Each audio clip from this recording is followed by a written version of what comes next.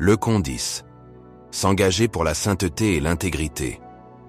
La sainteté se reflète lorsque nous vivons avec une intégrité chrétienne. Aperçu général de la leçon. L'accent est mis dans cette leçon sur la vie qui fait plaisir à Dieu. Une vie vécue pour plaire à Dieu sera une vie engagée dans la sainteté devant lui et dans l'amour de ses frères et sœurs en Christ. Dans 1 Thessaloniciens 4, Paul a écrit aux jeunes chrétiens de Thessalonique comment ils pouvaient vivre pour plaire à Dieu en alignant leur vie sur la volonté de Dieu, qui était leur sanctification et leur croissance dans la sainteté. L'amour pour Dieu et l'amour pour les autres sont essentiels pour plaire à Dieu et vivre une vie sainte. L'amour des uns pour les autres est aussi quelque chose qui attire les gens vers le corps du Christ. Texte d'or, 1 Thessaloniciens 4.7. Car Dieu ne nous a pas appelés à l'impureté, mais à la sanctification. 1. Vivre pour plaire à Dieu, 1 Thessaloniciens 4, 1, 2, 5, 15, 22, 1 Thessaloniciens 4, 1. Au reste, frères, puisque vous avez appris de nous comment vous devez vous conduire et plaire à Dieu, et que c'est là ce que vous faites, nous vous prions et nous vous conjurons au nom du Seigneur Jésus, de marcher à cet égard de progrès en progrès. Vous savez, en effet, quels préceptes nous vous avons donnés de la part du Seigneur Jésus. 5, 15. Prenez garde que personne ne rende à autrui le mal pour le mal, mais poursuivez toujours le bien, soit entre vous, soit envers tous. 16. Soyez toujours joyeux. 17. Priez sans cesse. 18. Rendez grâce en toutes choses, car c'est à votre égard la volonté de Dieu en Jésus-Christ. 19. N'éteignez pas l'esprit. 20. Ne méprisez pas les prophéties. 21. Mais examinez toutes choses. Retenez ce qui est bon. 22. Abstenez-vous de toute espèce de mal. Tout comme aujourd'hui, les gens de l'époque de Jésus considéraient la richesse et les possessions comme une preuve des bénédictions et de l'approbation de Dieu sur la vie d'une personne. Dans cette parabole, cependant, Jésus a illustré le caractère éphémère des possessions matérielles à travers un homme riche. Luc 12, 16. La parabole commence avec « un homme riche » dont la terre produisait une moisson abondante, Vêche 16. L'homme n'a pas envisagé de donner le trop-plein de la moisson pour aider les autres, mais a dit qu'il construirait des granges plus grandes pour tout contenir, V 17, 18. Il planifiait une vie d'aisance remplie de nourriture, de boissons et de gaieté, V 19. Il ne lui est pas venu à l'esprit de bénir les autres. La tournure de la parabole s'est produite au verset 20, où Dieu a dit à l'homme que sa vie se terminait. Cet homme avait une grande récolte, une source de richesse importante et de rendement futur, mais il n'y aurait pas de lendemain pour lui.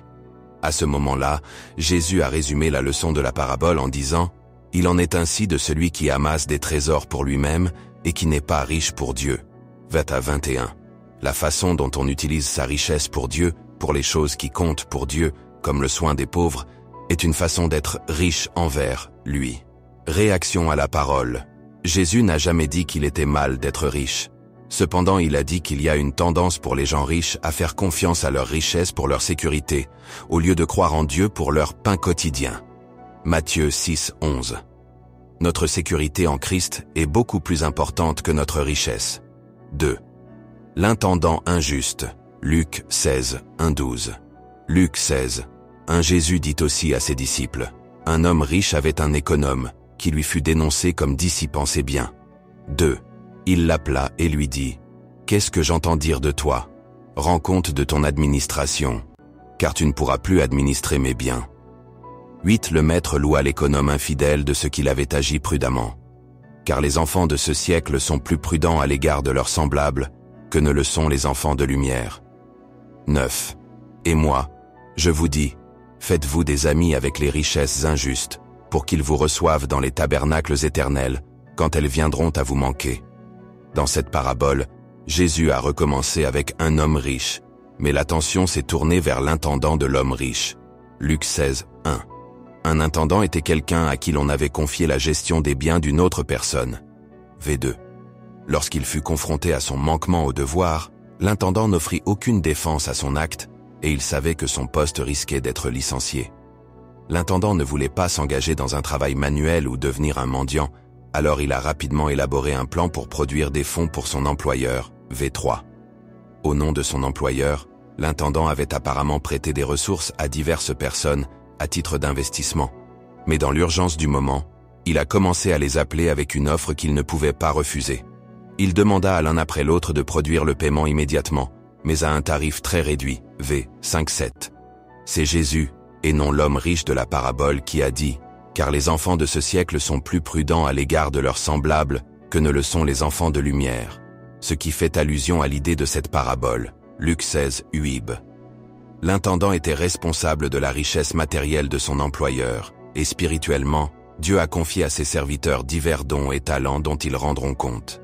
En ce qui concerne le fait de se faire des amis, du mammon de l'iniquité, v. 9, Jésus semblait dire que les chrétiens devraient également utiliser leurs richesses, argent, possessions, etc., dans leurs efforts pour atteindre le monde avec l'Évangile.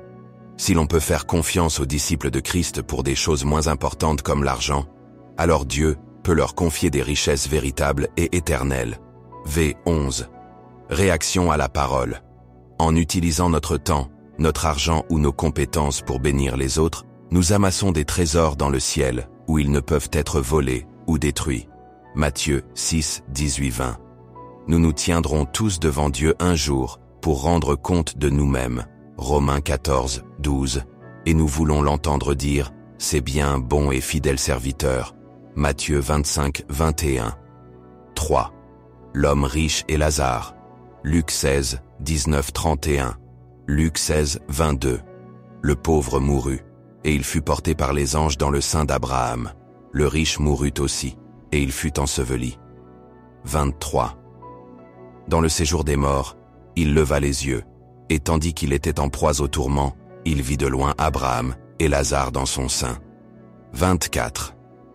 Il s'écria, « Père Abraham, aie pitié de moi, et envoie Lazare, pour qu'il trempe le bout de son doigt dans l'eau, et me rafraîchisse la langue, car je souffre cruellement dans cette flamme. » 25. Abraham répondit, « Mon enfant, souviens-toi que tu as reçu tes biens pendant ta vie, et que Lazare a eu les maux pendant la sienne. Maintenant il est ici consolé, et toi, tu souffres. » 31. Et Abraham lui dit, « S'ils n'écoutent pas Moïse et les prophètes, ils ne se laisseront pas persuader quand même quelqu'un des morts ressusciterait. » Dans cette parabole, le contraste entre les conditions des deux hommes dans la vie n'aurait pas pu être plus frappant. L'homme riche était vêtu de pourpre et de fin lin, et chaque jour menait joyeuse et brillante vie. Luc 16, 19. Tandis que Lazare était plein de plaies, souhaitant pouvoir avoir seulement un peu des miettes qui tombèrent de la table du riche. V. 21. Indépendamment de leurs conditions de vie très différentes, les deux hommes sont morts, mais les états éternels des deux hommes ont été inversés dans la vie suivante. Les anges ont porté Lazare dans le sein d'Abraham, v. 22, ce qui signifie être accueilli avec d'autres croyants déjà au paradis. Mais l'homme riche a été enseveli et s'est retrouvé dans le séjour des morts, en proie au tourment. V. 23. Abraham a remarqué que les conditions entre l'homme riche et l'homme pauvre s'étaient inversées, et qu'il y avait maintenant un gouffre infranchissable entre les deux. V. 25, 26. À ce moment-là, l'homme tourmenté pensa à ses frères, et voulut les avertir de ne pas tomber dans le jugement qu'ils subissaient. V. 27, 28. Cependant, Abraham a dit qu'ils avaient les Écritures, dont ils devaient tenir compte. Vers 29. L'homme riche soutenait que si quelqu'un d'entre les morts allait vers eux, ils se repentiraient et croiraient. Verset 30. Abraham a répliqué que s'ils ne respectèrent pas les Écritures, ils ne croiraient pas, même si quelqu'un ressuscitait et revenait d'entre les morts. Verset 31. Réaction à la parole. Bien que le salut vienne par la foi en Christ et ce que sa mort et sa résurrection assurent, Romains 18, 10, Jésus a enseigné que nous serons jugés selon la façon dont nous répondons aux besoins des autres. Matthieu 25, 30 et 1, 44. C'est au cœur de la règle d'or qui est essentiellement de faire aux autres ce que vous voudriez qu'ils vous fassent. T1 Matthieu 7, 12. Appel à la vie de disciple. En tant que disciples de Jésus, nous le représentons fidèlement par notre amour en action, par exemple en nourrissant les affamés et en vêtant les nus. Bien que nous devions faire ce que nous pouvons pour soulager la souffrance dans ce monde, nous devrions le faire avec la fin de la disparition de la souffrance éternelle. À cette fin, réfléchissez à la façon dont vous pourriez répondre aux questions suivantes. Comment pourriez-vous utiliser ce que le Seigneur vous a donné pour être une bénédiction pour les autres? Comment le Seigneur pourrait-il vous utiliser dans ces cas-là pour être son témoin, pour déclarer l'espérance que vous avez en vous? Avec qui d'autre pourriez-vous vous associer dans ce travail? Le ministère en action. Bien que nous ne devrions jamais faciliter ou soutenir la paresse chez les autres, nous devrions être à l'écoute des personnes véritablement nécessiteuses. Souvent, nous sommes le moyen par lequel Dieu pourvoit aux besoins des autres et montre qu'il se soucie d'eux. Lecture quotidienne de la Bible. Lundi, un jour saint. Exode 20, 8-11. Mardi, une maison sainte. 2 Chroniques 7, 11-16. Mercredi, libéré pour la sainteté. Romains 6, 15-22. Jeudi, refait dans la sainteté. Éphésiens 4, 17-24. Vendredi, un peuple saint. Exode 19, 1-6. Samedi, châtié pour sa sainteté. Hébreux 12, 5-14.